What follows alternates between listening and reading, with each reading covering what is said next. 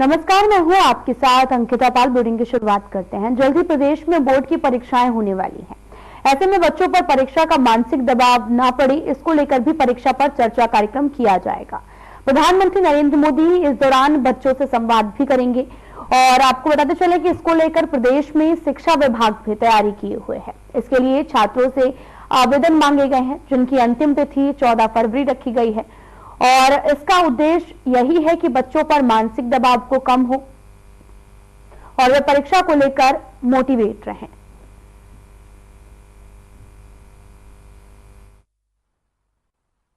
देखिए, परीक्षा पे चर्चा एक बहुत महत्वपूर्ण कार्यक्रम है शिक्षा विभाग का, और इसके तहत जो है हमने अपने सभी स्कूल में पढ़ने वाले बच्चों से आवेदन मांगे हैं और लगभग हमारे यहाँ अभी तक 1,75,000 बच्चों ने रजिस्ट्रेशन करा लिया है। और इसकी अंतिम तिथि जो है आवेदन करने की, रजिस्ट्रेशन की अंतिम तिथि जो है 14 जनवरी है। और इसमें हमारे द्वारा अधिक से अधिक प्रोत्साहित किया जा रहा है बच्चों को इसमें भाग लेने के लिए।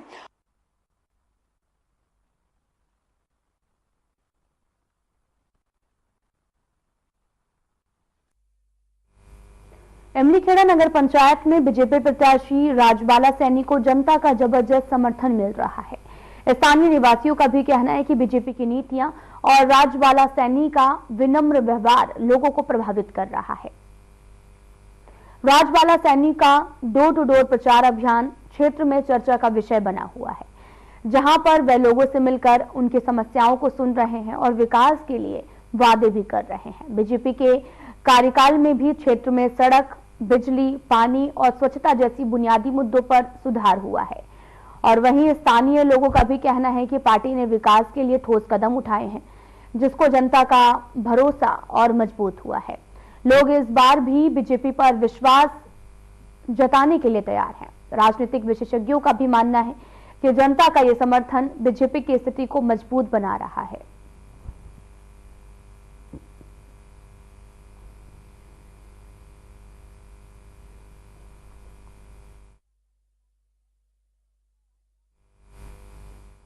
निकाय चुनाव को लेकर राज्यभर में प्रचार तेज है। बीजेपी, कांग्रेस समेत सभी दल और निर्दलीय प्रत्याशी जोर शोर से चुनाव प्रचार में जुटे हैं। वहीं बीजेपी निकाय से जुड़ा घोषणा पत्र लाने की तैयारी भी कर रहा है। इसके लिए जनता से सुझाव मांगे जा रहे हैं और साथ ही सुझाव पेटियाओं के साथ में देहरादून में आज 2 वाहन रवाना किए गए हैं, जो अलग अलग स्थानों पर लोगों से सुझाव मांगेंगे। और वहीं बीजेपी के चुनाव प्रभारी ने बताया कि इन सुझावों को शामिल करते हुए बेहतर देहरादून बनाने का घोषणा पत्र तैयार किया जाएगा।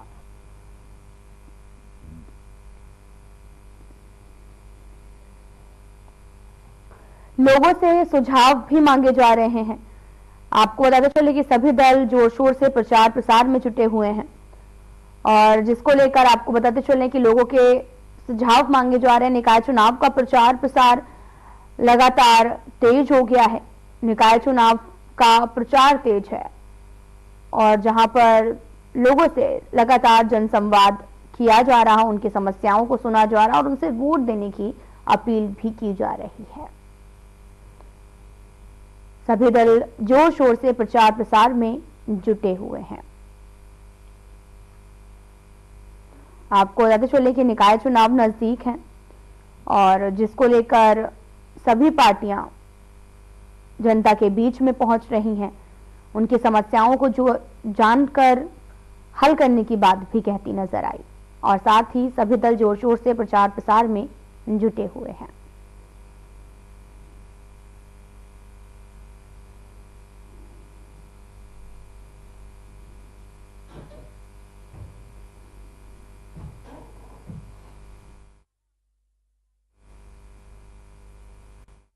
अड़तीसवें राष्ट्रीय खेलों के लिए महज 16 दिन का समय बाकी रह गया है। ऐसे में विभाग तैयारियों को अंतिम रूप देने में जुटे हुए हैं। अभी तक खेल विभाग द्वारा 10,000 खिलाड़ियों की मैपिंग की जा चुकी है, जिनमें से 1200 से भी ज्यादा खिलाड़ियों द्वारा रजिस्ट्रेशन भी किया जा चुका है।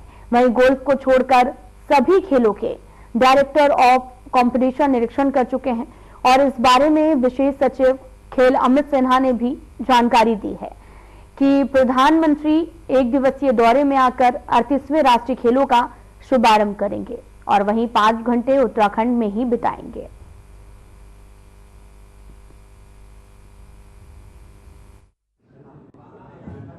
देखिए, आज हम नेशनल गेम के 16वें दिन पे बैठे हैं और हमारी तैयारी पूरी हो चुकी है। लगभग 10,000 से ऊपर प्लेयर्स को मैपिंग कर लिया गया है जो आएंगे यहाँ पे। उनके रजिस्ट्रेशन का काम भी शुरू हो गया और लगभग 1200 लोगों ने रजिस्टर भी कर लिया अपने आप को। लगातार हमारी कंट्रोल रूम बैठ के उनको फ़ोन कर रही है ताकि उनकी व्यवस्थाएं, सुविधाएं, रहने, खाने, आने जाने सबकी व्यवस्था हो पाए। तो ये हमारी तैयारी पूरी हो चुकी है। अवस्थापना की सुविधाओं में लास्ट मोमेंट की डीप क्लीनिंग का काम चल रहा है। कैंप्स हमारे लग चुके हैं उत्तराखंड के। तो इस तरह से देखा है तो हम पूरे तरह से तैयार हैं अपने तमाम देशवासियों के लिए जो खिलाड़ी हैं यहाँ आए, इस स्थान का लुत्फ उठाए और खेल भी कर जाए।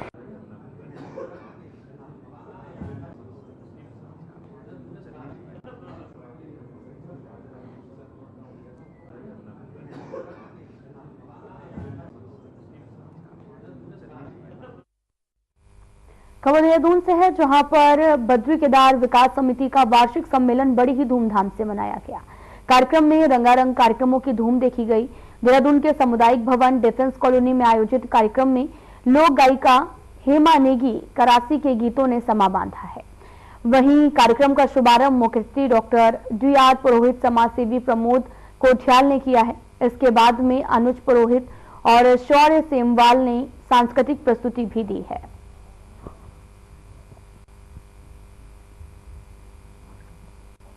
आपको बताते चलें कि रंगारंग कार्यक्रम की यहां पर धूम रही है और धूमधाम से यहां पर कार्यक्रम का आयोजन भी किया गया। तस्वीरें आपको दिखा रहे हैं जहां पर बड़ी ही धूमधाम से रंगारंग कार्यक्रम की धूम देखने को मिली और बड़ी संख्या में लोग यहां पर पहुंचे हैं। बद्री केदार समिति का वार्षिक सम्मेलन आयोजित किया गया, जहां पर बड़ी संख्या में लोग इस कार्यक्रम को देखने के लिए पहुंचे। रंगारंग कार्यक्रमों की धूम देखने को मिली है।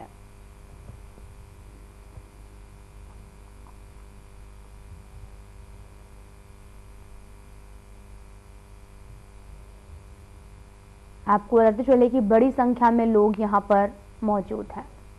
और आज जैसे कि हमारे बनियाद कौथिक आज यहाँ पे संपन्न हुआ है, इस बनियाद कौथिक के हमारे जो मुख्य अतिथि डॉक्टर DR पुरोहित जी रहे हैं और वो आज हमारे मुख्य अतिथि और सांस्कृतिक कार्यक्रम में हमारी बहन हेमा करासी नेगी का सांस्कृतिक कार्यक्रम यहाँ पे था। सबसे पहले तो सभी श्रोतागण हमारे देख रहे हैं उन सभी को प्रणाम करती हूँ। आज बद्री केदार विकास समिति का वार्षिक बनियाद था और इस बनियाद कार्यक्रम में हमारी जो लोक संस्कृति होती है, हमारी जो लोक परंपरा होती है, हमारे धरोहर के जो गीत होते हैं, हमारे धरोहर में जो लोक कथाएं होती हैं, जो दंत कथाएं होती हैं, उसके अनुसार हमारे यहाँ पे जो पौराणिक समय से चले आया है।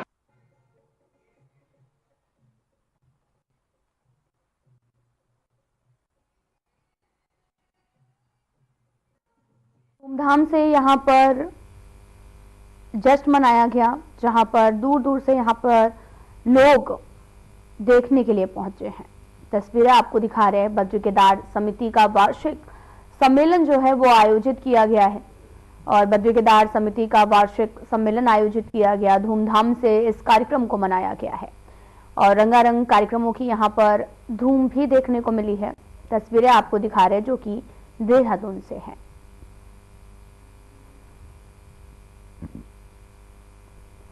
और इस दौरान कार्यक्रम की धूम देखने को मिली है। बद्री केदार समिति का वार्षिक सम्मेलन बड़े ही धूमधाम से मनाया गया है।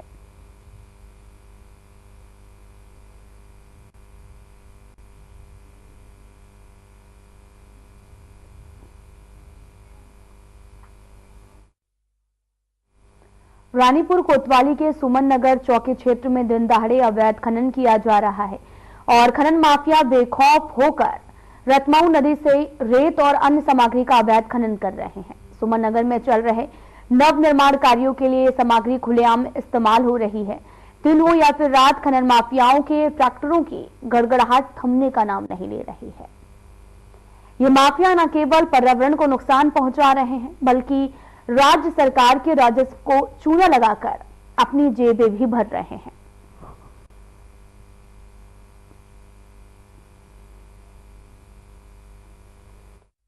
बताते चलें कि सुमन नगर में अवैध खनन लगातार जारी है। तस्वीरें आपको दिखा रहे हैं, रतमऊ नदी से रेत निकाली जा रही है और अवैध खनन का कार्य लगातार जारी है। राजस्व को यहां पर चूना लगाया जा रहा है, लेकिन शिकायत के बाद भी अभी तक कोई भी यहां पर कार्रवाई नहीं देखने को मिली है। तस्वीरें भी आपको दिखा रहे हैं जो कि हरिद्वार के सुमन नगर से हैं, जहां पर अवैध खनन का कार्य जारी है और बड़ी मात्रा में यह अवैध खनन चल रहा है।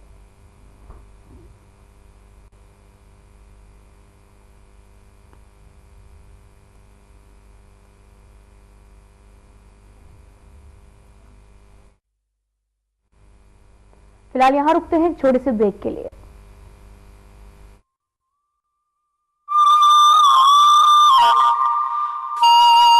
भूमि उत्तराखंड हर वर्ष गर्मियों के महीनों में लाखों चार धाम यात्रियों और श्रद्धालुओं का स्वागत करती है। सर्दियों में धामों के कपाट बंद हो जाते हैं, लेकिन इस दौरान भी चार धामों की पूजा अर्चना उनके शीतकालीन प्रवासों में अनवरत की जाती है, जहां बड़ी संख्या में तीर्थयात्री दर्शन के लिए आते हैं।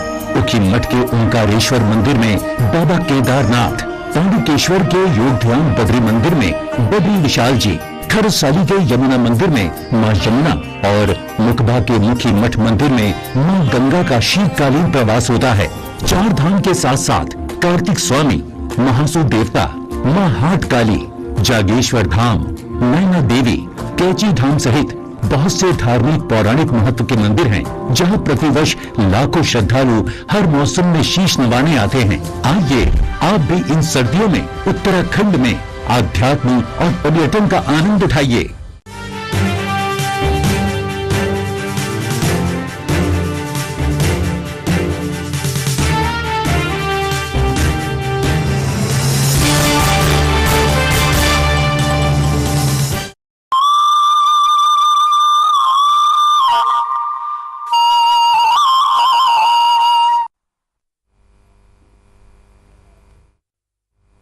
ब्रेक के बाद स्वागत है आप सभी का। रुक करते हैं खबरों की तरफ। खबर पौड़ी से है, जहां पर पौड़ी गढ़वाल से श्रीनगर जाते में एक सड़क हादसा हो गया है। इस घटना में एक बस दुर्घटनाग्रस्त हो गई है।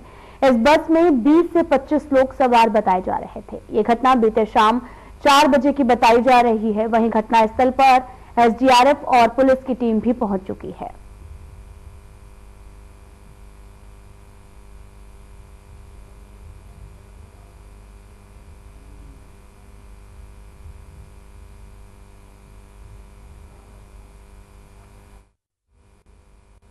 चुनाव को शांतिपूर्ण और निष्पक्ष तरीके से संपन्न कराने के लिए शहर कोतवाली पुलिस ने उत्तरी हरिद्वार में फ्लैग मार्च निकाला और इस मार्च का नेतृत्व शहर कोतवाल कुंदन सिंह राणा ने किया है। पुलिस बल ने आपको बताते चले कि खड़खड़ी से मार्च की शुरुआत करते हुए हरकी पैड़ी, अपर रोड, ब्रह्मपुरी और बिलकेश्वर क्षेत्र का दौरा किया है। मार्च का समापन शहर कोतवाली में हुआ है। फ्लैग मार्च के दौरान पुलिस ने जनता से चुनाव को शांतिपूर्ण तरीके से संपन्न कराने में सहयोग की भी अपील की है। साथ ही आपको यह भी बताते चलें कि असामाजिक तत्वों को कड़ा संदेश दिया गया है। यदि चुनाव में गड़बड़ी फैलाने की कोशिश की गई तो उनके खिलाफ सख्त कार्रवाई करते हुए जेल भेजा जाएगा। पुलिस की इस कार्रवाई को क्षेत्र में कानून व्यवस्था बनाए रखने के लिए एक महत्वपूर्ण कदम के रूप में देखा जा रहा है।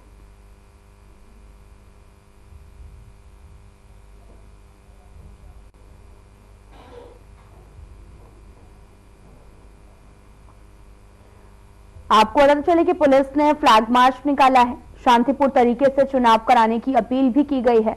तस्वीरें आपको दिखा रहे हैं जो कि हरिद्वार से हैं, जहां पर कोतवाल कुंदन सिंह राणा ने नेतृत्व किया है और शांतिपूर्ण तरीके से चुनाव कराने की अपील की गई है। और साथ ही कोतवाल कुंदन सिंह राणा के नेतृत्व में ये मार्च निकाला गया। इस फ्लैग मार्च में तमाम तरह के निर्देश दिए गए और जनता को भी जागरूक किया गया है। दरअसल निकाय चुनाव नजदीक हैं, जिसको लेकर शांतिपूर्ण तरीके से चुनाव कराने की अपील की गई है।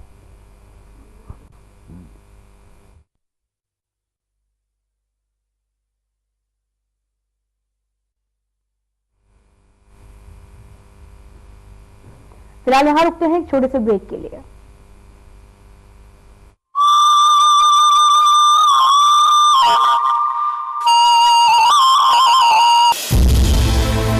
वाटर टूरिज्म का बेहतरीन केंद्र है उत्तराखंड। जहां नजर उठाएं प्राकृतिक सौंदर्य ही पाएं। परिवार के साथ शांति की तलाश हो या चाहिए दोस्तों के साथ थोड़ा थ्रिल, सब कुछ मिलेगा यहाँ। आइए उत्तराखंड।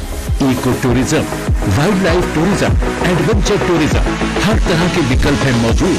जंगलों में लीजिए ट्रैकिंग का मजा, बर्फ से ढकी वादियों में स्कीइंग का लुत्फ, खूबसूरत रास्तों पर माउंटेन बाइकिंग, खुले आकाश में पैराग्लाइडिंग और रॉक क्लाइंबिंग का अपना है रोमांच।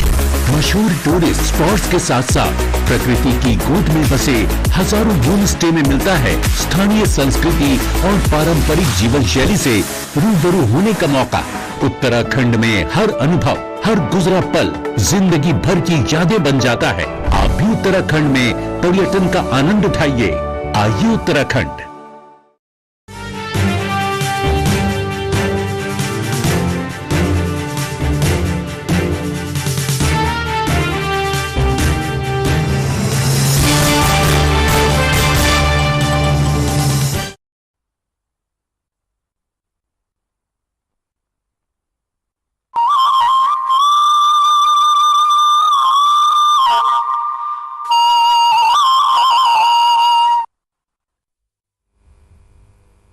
ब्रेक के बाद स्वागत है आप सभी का। रुख करते हैं खबरों की तरफ, जहां पर खबर हरिद्वार से है, जहां पर आपको बताते चले कि कनकल थाना क्षेत्र में स्थित शांति भवन अपार्टमेंट में एक बुजुर्ग संत की आत्महत्या का मामला सामने आया है।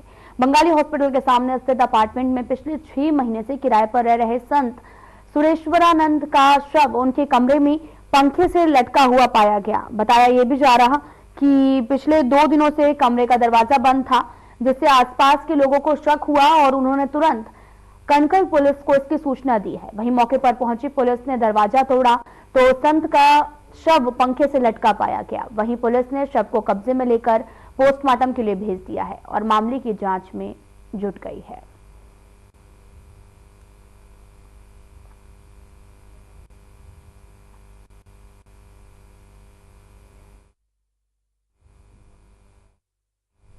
रुड़की से मुठभेड़ का मामला सामने आया। मंगलौर लिबरहिड़ी गंगनहर पर पुलिस और बदमाशों के बीच में मुठभेड़ हो गई है। इस मुठभेड़ में 25,000 इनामी बदमाश के पैर में गोली लग गई है और घायल हो गए हैं। और घायल बदमाश मंगलौर जैन मंदिर में हुई चोरी में भी शामिल बताया गया है। और ये पूरा मामला देर रात का बताया जा रहा, जहां पर पुलिस गंगनहर पटरी पर चेकिंग कर रही थी। पुलिस को एक स्प्लेंडर बाइक पर 2 युवक तेजी से आते हुए दिखाई दिए हैं और पुलिस ने बाइक सवारों को रुकने का इशारा किया है। और साथ ही आपको बताते चले कि दोनों युवकों ने बाइक को छोड़कर भागने लगे। उस दौरान पुलिस ने जब दोनों का पीछा किया तो बदमाशों ने पुलिस पर फायरिंग कर दी है। पुलिस की जवाबी कार्रवाई में एक बदमाश के पैर में गोली लग गई है और वहीं एक बदमाश फरार हो गया है।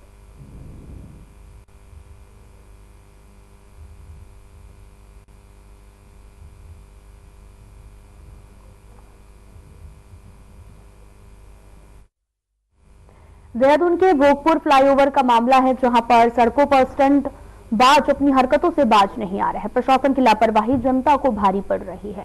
अब जनता का सवाल है कि मौत का तांडव जो है वो करते स्टंटबाजों पर कब लगाम लगेगी, क्योंकि अपनी जान के साथ लोगों की जान से भी स्टंटबाज खिलवाड़ कर रहे हैं। इन्हें पुलिस भी रोकने में नाकाम हो रही है और अगर प्रशासन ने इन पर लगाम नहीं लगाया तो प्रशासन की लापरवाही जनता पर भारी पड़ सकती है।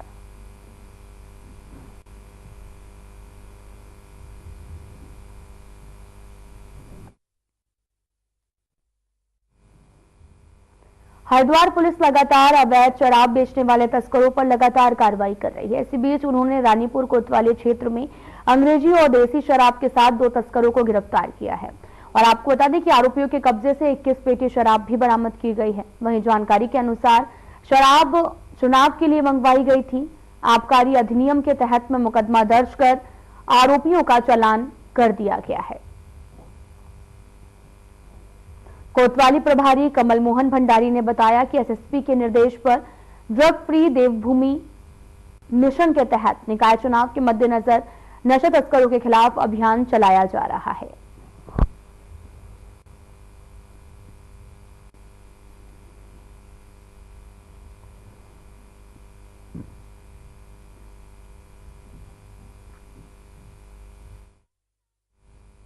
फिलहाल यहाँ रुकते हैं एक छोटे से ब्रेक के लिए।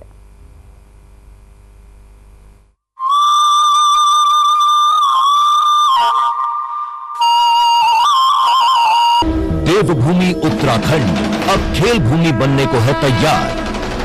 पहली बार राष्ट्रीय खेलों के आयोजन से उत्तराखंड बनाएगा नई पहचान। 28 जनवरी से 14 फरवरी 2025 तक आयोजित होने वाले नेशनल गेम्स की तेजस्विनी मशाल और शुभंकर मौली देश भर के खेल प्रेमियों को लुभा रहा है। इस ऐतिहासिक अवसर को सफल बनाने के लिए राज्य में खेलों का बेहतरीन इंफ्रास्ट्रक्चर तैयार किया गया है, जहां प्रदेश के खिलाड़ी जमकर पसीना बहा रहे हैं। और 30वें राष्ट्रीय खेलों में एथलेटिक्स, हॉकी, साइकिलिंग जैसे 35 से ज्यादा खेलों में देश भर के करीब 10,000 खिलाड़ी अपना हुनर दिखाएंगे। राष्ट्रीय खेलों के आयोजन से उत्तराखंड की खेल प्रतिभाओं को एक नया मंच मिलेगा। प्रदेश में स्पोर्ट्स इकोसिस्टम तैयार होगा, जिससे खेलों के प्रति ज्यादा से ज्यादा युवाओं का रुझान बढ़ेगा। राष्ट्रीय खेलों से चमकेगा उत्तराखंड, खेलेगा उत्तराखंड, जीतेगा उत्तराखंड।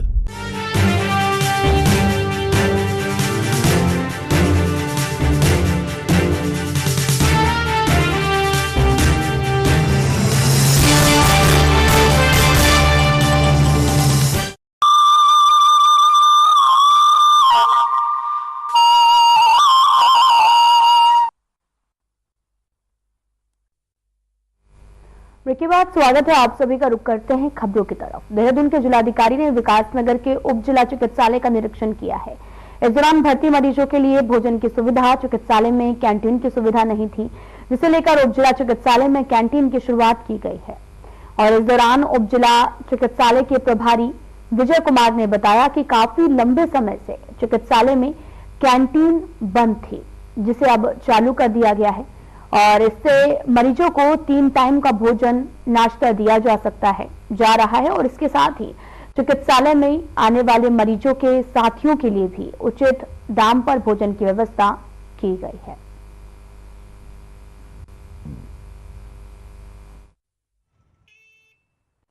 हाँ, ये हमारे यहाँ काफ़ी समय से मरीजों को भोजन नहीं दे पा रहे थे, पुरानी व्यवस्था बंद हो गई थी, तो अब हमें उसमें सफलता मिल गई है।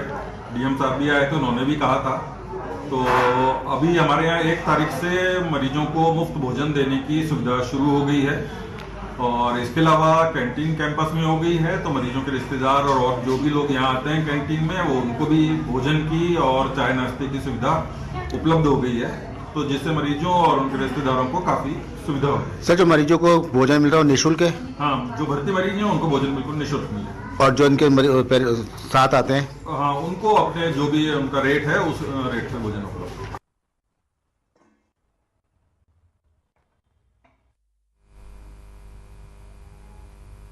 प्रदेश में एक बार फिर से बारिश और बर्फबारी का दौर शुरू हो गया है। प्रदेश के हिल स्टेशंस में जमकर बर्फबारी से सैलानियों के चेहरे खिल गए हैं। सैलानी बर्फबारी का जमकर लुत्फ उठा रहे हैं। वहीं जौनसार, बाबर जनजातीय क्षेत्र में माघ त्योहार का भी क्षेत्र के लोग जमकर बर्फबारी के साथ खुशियां मना रहे हैं। हल्की बारिश के साथ ही चक्राता के ऊंचाई वाले क्षेत्रों में बर्फबारी शुरू हो गई है और साथ ही पिछले कई दिनों से मैदानी क्षेत्रों में कोहरा और ठंड से लोग बेहाल थे और पहाड़ों में सूखी ठंड से लोग भी परेशान थे।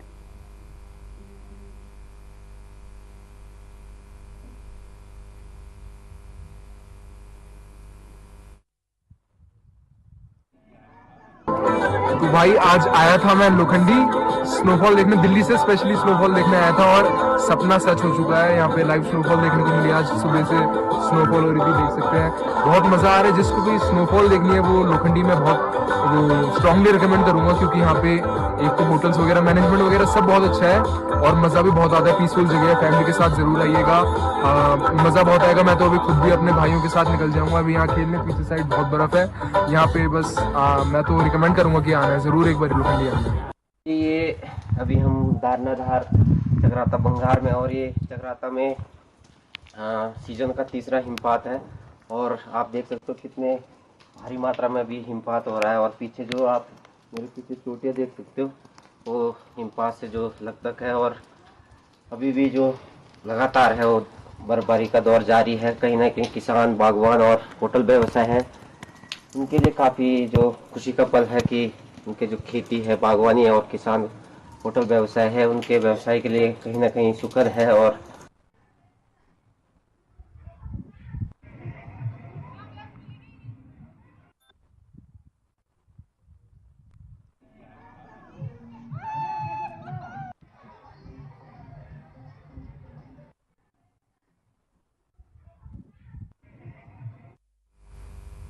यातायात नियमों का उल्लंघन स्टंट करना 3 युवकों को भारी पड़ गया है।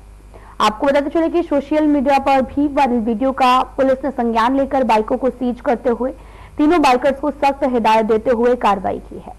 और साथ ही आपको यह भी बता दें कि सोशल मीडिया पर वायरल एक वीडियो जिसमें कुछ युवक जो हैं वो रानी पोखरी क्षेत्र में थानों रोड पर स्टंट बाइकिंग करते हुए दिखाई दे रहे थे। उक्त वीडियो का संज्ञान लेते हुए एसएसपी देहरादून ने तत्काल थाना अध्यक्ष रानी पोखरी को प्रभावी कार्रवाई करने के निर्देश दिए हैं। साथ ही रानी पोखरी पुलिस द्वारा थाना क्षेत्र अंतर्गत वाहनों की सघन चेकिंग के दौरान भोगपुर थाना रोड पर विंडानला पुल पर स्टंट कर रहे 3 बाइकर्स के विरुद्ध 3 घंटे के अंदर कार्रवाई कर 3 बाइकों को सीज किया गया है।